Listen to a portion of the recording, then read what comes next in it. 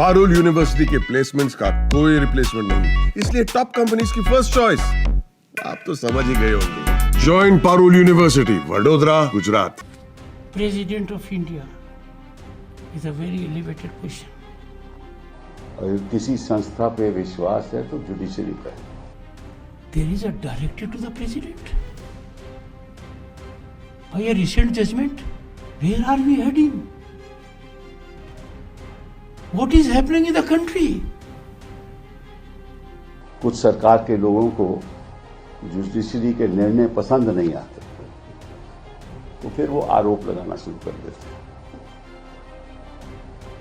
कि ये हद से बाहर है। एक कॉन्स्टिट्यूशनल फंक्शनरी को ऐसी बात कहनी मैं समझता हूं उचित नहीं है। मैं उनका बड़ा आदर करता हूं। आज सुबह कई अखबारों में जब मैंने धनखड़ साहब का जो वक्तव्य था, जो स्पीच थी, वो पढ़ा तो मुझे दुख भी हुआ और आश्चर्य भी हुआ, क्योंकि जुडिशियल इंस्टीट्यूशन, चाहे वो सुप्रीम कोर्ट हो, चाहे वो हाई कोर्ट्स सारे देश में हो, उनके ऊपर आज के दिन भी अगर किसी संस्था पे विश्वास है तो जुडिशरी पे है।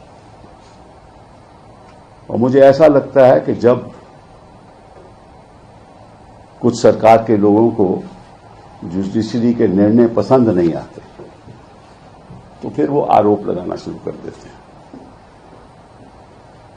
कि ये हद से बाहर है। और जब उनको पसंद आते हैं तो फिर विपक्ष को कहते हैं ये तो सुप्रीम कोर्ट ने फैसला किया।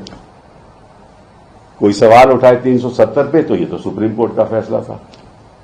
राम जन्मभूमि की जजमेंट पे सवाल आए तो ये तो सुप्रीम कोर्ट का फैसला था। ये तो सुप्रीम कोर्ट का फैसला था। और अगर हाल ही में जस्टिस पारदीवाला की जजमेंट आई तो ये कैसे सुप्रीम कोर्ट कर सकती है। मतलब जो आपको जजमेंट सही नहीं लगे, आपके सोच के अनुसार नहीं हो तो वो तो गलत है, और जो आपके सोच के अनुसार है वो ठीक है। और एक कॉन्स्टिट्यूशनल फंक्शनरी को ऐसी बात कहनी मैं समझता हूं उचित नहीं है। मैं उनका बड़ा आदर करता हूं, लेकिन आपने कह दिया कि article 142 is nuclear fissile material, nuclear missile. ये कैसे कह सकते हैं आप? आपको मालूम है कि आर्टिकल 142 के द्वारा सुप्रीम कोर्ट को संविधान ने यह हक दिया है। ये किसी सरकार ने हक नहीं दिया, संविधान ने हक दिया है टू डू कंप्लीट जस्टिस। पहली बात ये। दूसरी बात, और ये मैं देश की जनता को बताना चाहता हूं कि president of India is a titular head.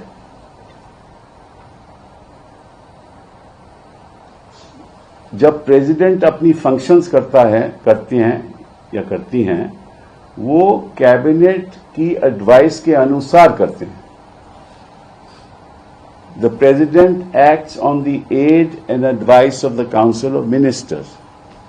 The governor of a state acts on the aid and advice of the council of ministers in the state। कि अगर कोई विधेयक पारित होता है तो गवर्नर के पास जाता है।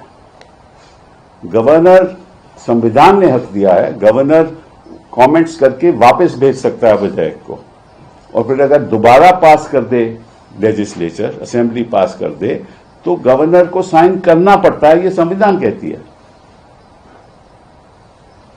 गवर्नर यह भी कर सकता है कि कोई विधेयक को वो प्रेसिडेंट को भेज दे अपने कमेंट्स के साथ कि मुझे ये सही नहीं लगता,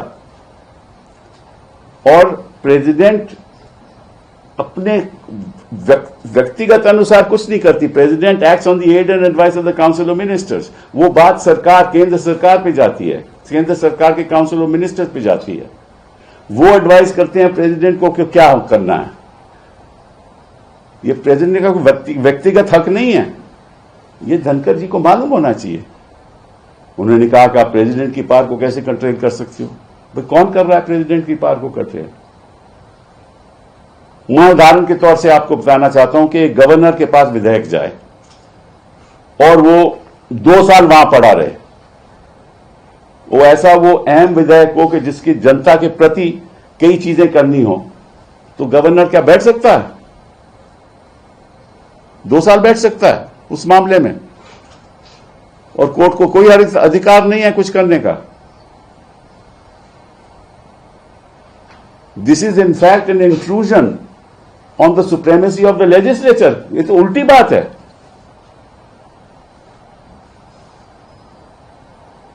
पार्लियामेंट अगर बिल पास करे, क्या प्रेसिडेंट उसमें बैठ सकते हैं कि मैं साइन नहीं करेंगे? और अगर साइन नहीं करें तो किसी को अधिकार है कि नहीं कि भैया ये ऐसा अहम बिल है, कोई टेररिज्म पे बिल पास हो या किसी और चीज पे बिल पास हो, प्रेसिडेंट ये तो नहीं कह सकता मैं साइन नहीं करते। हाँ, कमेंट्स लेके वापस भेज सकते हैं, दोबारा पास हो, president has to sign. That ये तो संविधान की परंपरा है, ये अदालतों ने डिसाइड कर लिया है ऑलरेडी। तो मुझे इस बात का आश्चर्य है कि कभी तो बेगवाल जी जाकर कहते हैं कि हद में रहना चाहिए, कभी रिज्जू जी केरला में कहते हैं कि ये क्या हो रहा है, अगर हम भी करने लगे तो, और धनखड़ जी कहते हैं कि ये तो देखिए पुराने टाइम जब 8 जज थे सुप्रीम कोर्ट में तो 5 जज फैसला करते थे, मेजॉरिटी थी। अब तो इतने जज हैं, 2 ही जज फैसला करें। भाई 2 ही जज फैसला करेंगे ना, सुप्रीम कोर्ट तो बेंचेस पे बैठेगा, या 3 जज या 2 जज या 5 जज या 7 जज या 9 जज या 11 जज, और एक बार 13 भी बैठे थे। तो सुप्रीम कोर्ट तो ऐसे ही फैसला करती है ना। 2 जज फैसला करें सारे देश को मानना पड़ता है, 3 करें सारे देश को मानना पड़ता है। सुप्रीम कोर्ट होती है। आपको याद है जब इंदिरा जी के इलेक्शन का फैसला आया और उनको अनसीट किया गया, तो सुप्रीम कोर्ट के मामला आया कि स्टे क्या देना चाहिए। किस जज का फैसला था? एक जज का, जस्टिस कृष्णा अय्यर, याद है आपको? तब धनखड़ जी सब ठीक था, क्योंकि अब 2 जज का फैसला है वो गलत है, क्योंकि सरकार के पक्ष में नहीं है। बट कृष्णा अय्यर का फैसला बिल्कुल ठीक था, वो तो एक ही जज थे। तो ये किस किस्म की बातें हो रही हैं पब्लिक डोमेन में? मुझे तो, मैं सोच भी नहीं सकता। आपको मालूम है और सब देश को मालूम है कि जो हमारी लोकसभा है, जो स्पीकर की चेयर होती है वो बीच में होती है। एक तरफ ट्रेजरी बेंचेस, दूसरी तरफ विपक्ष, और उनको कहते हैं speaker of the house, not speaker of one party, speaker of the house. और वो वोट भी नहीं करते किसी बिल पे। वोट तभी होती है जब टाई हो। उस सिचुएशन में the speaker can, but he may vote on any side.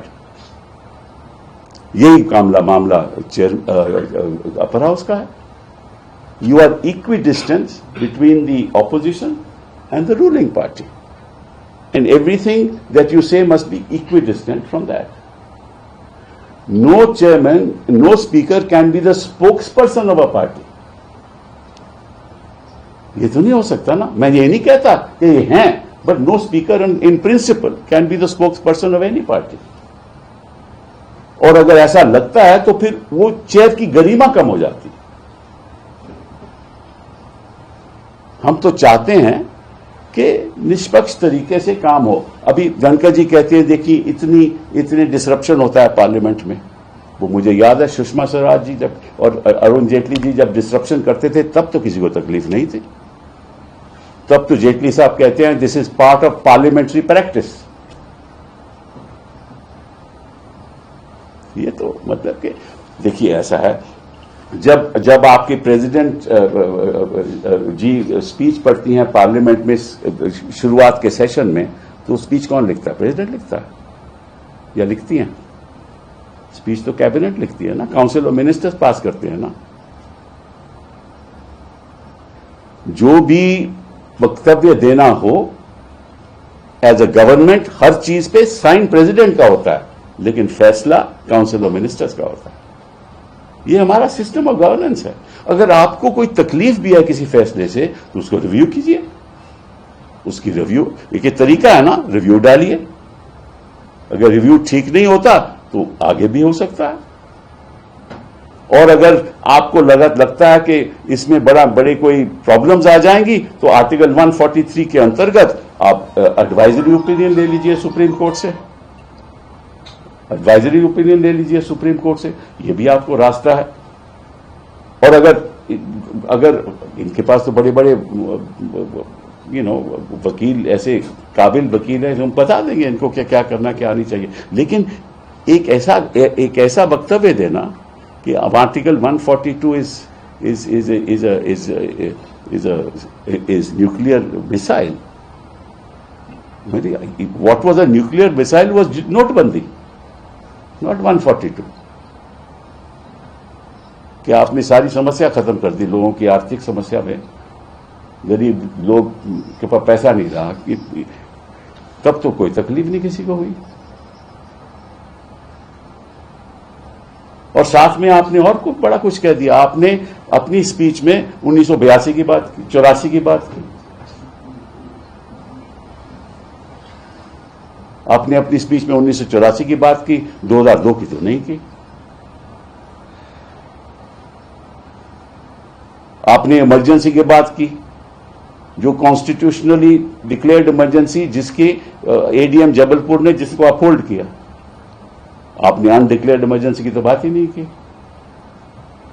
ये भी तो इमरजेंसी चल रही है ना।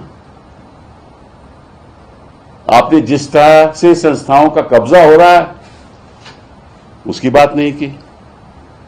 जिस तरह से एक पब्लिक, मतलब कि बेचारे जो जज हैं वो तो बोल नहीं सकते ना, वो कैसे जवाब दे, वो जवाब नहीं दे सकते। तो आप ऐसे वक्तव्य दोगे, ऐसा लगेगा कि जुडिशरी को एक सबक सिखाया जा रहा है। ये उचित नहीं है, ये संवैधानिक भी नहीं है। फिर आपने एक और अजीब सी बात की। आपने कहा कि जो 14-15 मार्च को किसी जज के घर पे कुछ हुआ तो उसके पास हमें सुप्रीम कोर्ट में से ऐसी खबर मिली है, यह आपने कहा, reliable sources from supreme court के बताया गया। उसका एफआईआर क्यों नहीं हो रहा? अभी आप तय करोगे वो एफआईआर करना। वो भी एक 5 जजेस का फैसला है वीरा स्वामी का कि एफआईआर तभी होगी जब chief justice of India sanction देगा। तो उस फैसले को नहीं आप मानते?